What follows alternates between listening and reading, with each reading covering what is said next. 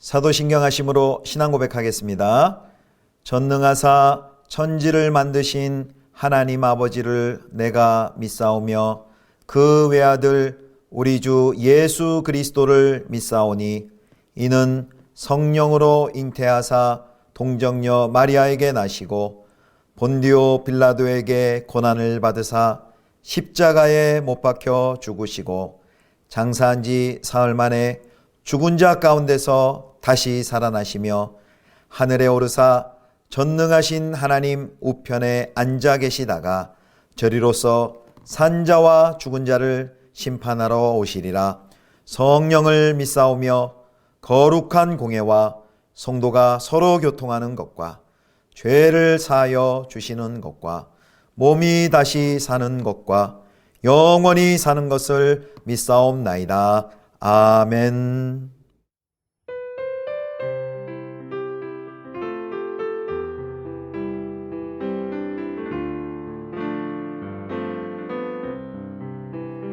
예수를 나의 구주 삼고 성령과 피로써 거듭나니 이 세상에서 내 영혼이 하늘의 영광 누리도다. 이것이 나의 간증이요 이것이 나의 찬송일세. 나 사는 동안 끊임없이 구주를 찬송하리로다. 온전히 주께 맡긴 내 영 사랑의 음성을 듣는 중에 천사들 왕래하는 것과 하늘의 영광 보리로다. 이것이 나의 간증이요 이것이 나의 찬송일세. 나 사는 동안 끊임없이 구주를 찬송하리로다. 주 안에 기쁨 누림으로 마음의 풍랑이 찬찬하니 세상과 나는 간 곳 없고 구속한 주만 보이도다. 이것이 나의 간증이요 이것이 나의 찬송일세. 나 사는 동안 끊임없이 구주를 찬송하리로다. 이것이 나의 간증이요 이것이 나의 찬송일세. 나 사는 동안 끊임없이 구주를 찬송하리로다.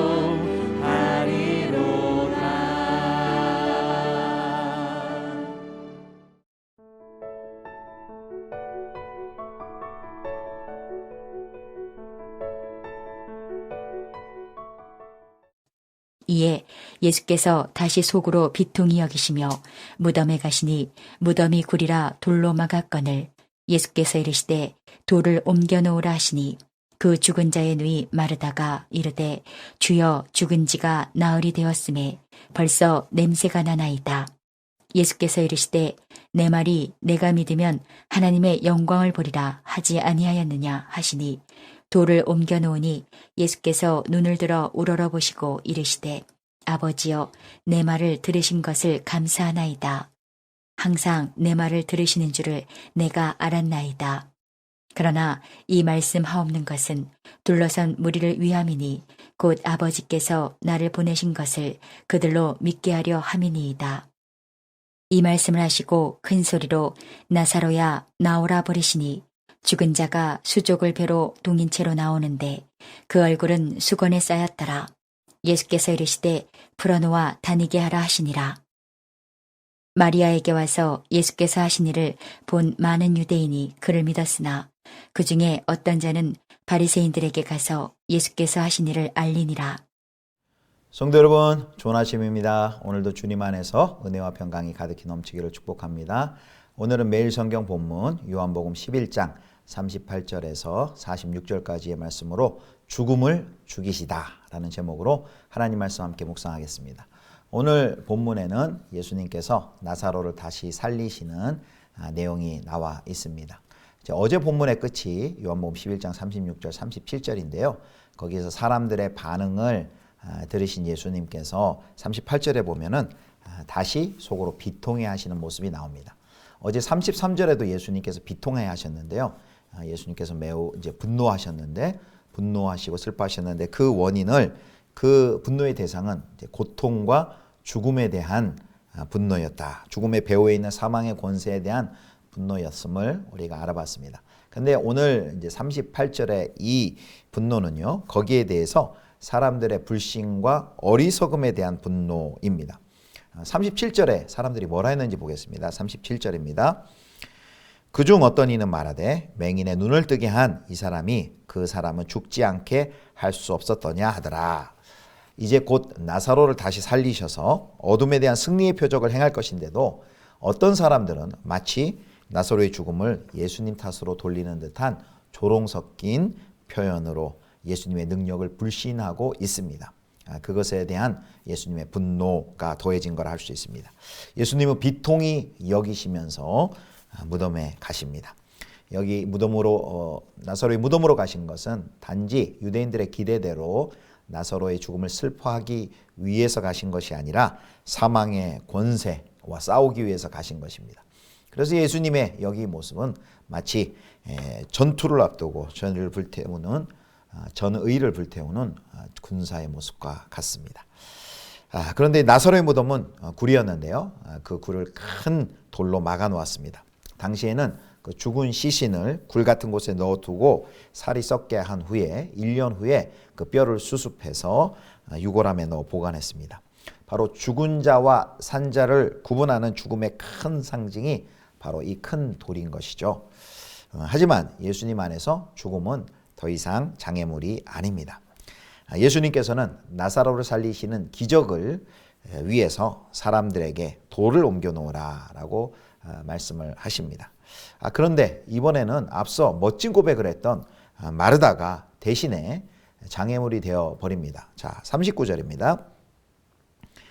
예수께서 이르시되 돌을 옮겨 놓으라 하시니 그 죽은 자의 누이 마르다가 이르되 주여 죽은 지가 나흘이 되었음에 벌써 냄새가 나나이다. 아멘. 이번에는 앞서 멋진 고백을 했던 마르다가 대신 장애물이 되어 버립니다. 마르다가 뭐라고 말합니까? 이미 나사로가 죽은 지 4일이 되었습니다. 냄새가 납니다. 돌을 옮기지 마십시오 라고 만류를 합니다. 바로 이것이 마르다가 알고 있는 예수님에 대해서 설명해 주고 있습니다. 그가 알고 있는 예수님은 어떤 분입니까? 죽은 자를 당장 살리실 수 없는 분입니다. 병자를 치유하실 수는 있지만 죽은 자를 당장 살리실 수 있는 분은 아니십니다. 예수를 믿고 있지만 예수가 부활이요 생명이다 라는 그 말씀의 뜻을 깨닫지 못하고 있었습니다. 생명의 주 대신 예수님의 능력이 무엇인지 마르다는 아직 알지 못했습니다. 그래서 이런 반응을 하는 것이죠. 그러자 예수님께서 이렇게 말씀하십니다. 11장 40절입니다. 예수께서 이르시되 내 말이 내가 믿으면 하나님의 영광을 보리라 하지 아니하였느냐 하시니 40절에 하신 말씀이 요한복음에 나오지 않습니다. 그 말씀 그대로 나오지 않는데 그래서 아마도 예수님과 마르다와의 개인적인 대화 중에 오고 갔던 말이라고 생각이 됩니다. 혹은 요한복음 11장 25절 26절의 내용이 예수님을 믿으면 생명을 경험한다 라는 내용인데 그 말씀을 다시 수사적으로 하나님의 영광을 보리라는 말씀으로 바꾸어서 말씀하고 계시는 것인지도 모릅니다. 예수님께서는 요한복음 11장 4절의 말씀대로 나사로를 통해서 하나님과 예수님 자신이 모든 영광을 받으실 때가 되었다고 생각을 하셨습니다. 11장 4절 말씀 한번 볼까요? 예수께서 들으시고 이르시되 이 병은 죽을 병이 아니라 하나님의 영광을 위함이요 하나님의 아들이 이로 말미암아 영광을 받게 하려 함이라 하시더라. 예수님의 말씀대로 사람들이 큰 돌을 옮겨 놓습니다. 그러자 예수님께서 하나님께 기도를 드리십니다. 그 내용이 11장 41절과 42절의 말씀입니다. 돌을 옮겨 놓으니 예수께서 눈을 들어 우러러 보시고 이르시되 아버지여 내 말을 들으신 것을 감사하나이다. 항상 내 말을 들으시는 줄을 내가 알았나이다. 그러나 이 말씀하옵는 것은 둘러선 무리를 위함이니 곧 아버지께서 나를 보내신 것을 그들로 믿게 하려 함이니이다. 아멘. 예수님은 내 말을 들으신 것을 감사하나이다 라고 하나님께 감사의 기도를 드립니다. 여기 예수님의 기도를 보면 공적인 장소에서 하나님을 아버지라 부르며 큰 소리로 기도를 드리십니다. 하나님 개인적으로 기도 작게 했어도 하나님께서 그 기도를 들으셨을 것입니다. 늘 하나님의 아들인 예수님의 기도를 들어주시지만 여기서 일부러 크게 하나님과의 그 관계의 친밀함을 표현하시면서 큰 소리로 감사의 기도를 하십니다. 그 이유가 무엇일까요? 그것은 바로 예수님이 그 하실 일이 아버지의 뜻이고 아들이 하나님 아버지의 뜻을 순종한 결과임을 많은 사람들이 알게 하려 하기 위함입니다. 또한 믿게 하려 하기 위함입니다. 그래서 예수님은 그곳에서 자신의 정체를 공개하십니다. 이제 십자가 사역을 완수할 6월절이 얼마 남지 않았기 때문에 종교 지도자들 간의 본격적인 충돌 그리고 위험을 감수하고서라도 자신을 드러내셔서 사람들로 하여금 믿게 하려고 이렇게 큰 소리로 기도하시는 것입니다. 그러고 보면 예수님께서 나사로가 병들었다는 말씀을 듣고도 유하셨던 곳에 이틀간 더 지체하셨던 일이나 그리고 나사로의 집 근처 베다니에 와서도 기다리셨던 것이나 무덤 앞에서 큰 소리로 방금 살펴본 같이 기도하신 것 그리고 마지막으로 그 나사로를 일으키는 이적을 행한 것 그 모든 것이 다 믿음을 위해서입니다. 바로 믿음이 생명에 이르는 유일한 길이기 때문입니다. 그래서 이 부분에 대해서 요한복음 11장 15절은 이렇게 말씀합니다. 11장 15절입니다.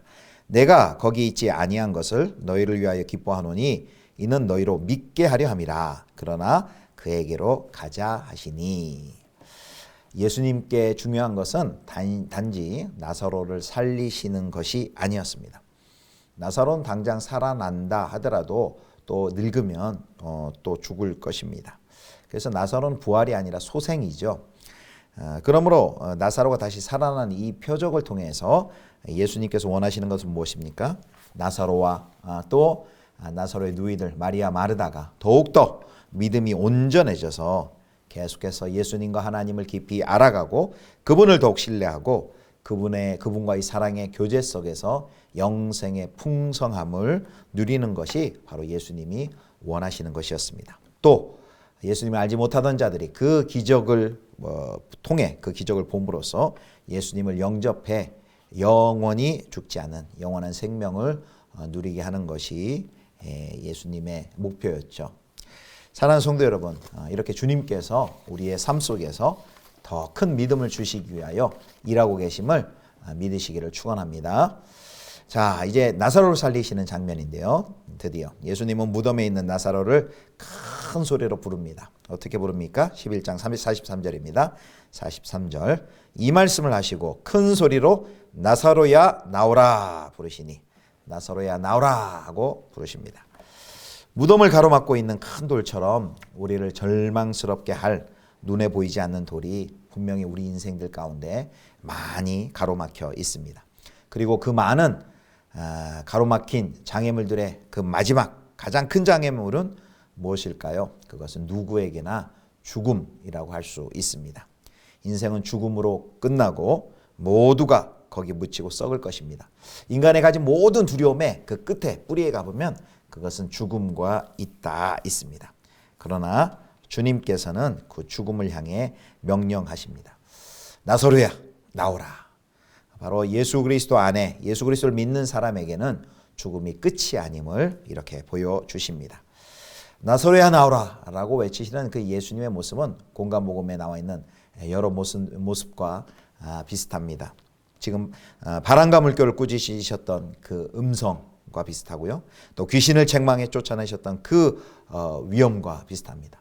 또 창세기 1장 3절에 빛이 있으라 라는 명령으로 어둠을 물리치셨던 바로 그 창조의 말씀과 비슷합니다. 그렇게 사망의 그 창조의 말씀의 권능으로 사망과 맞서고 계신 모습입니다.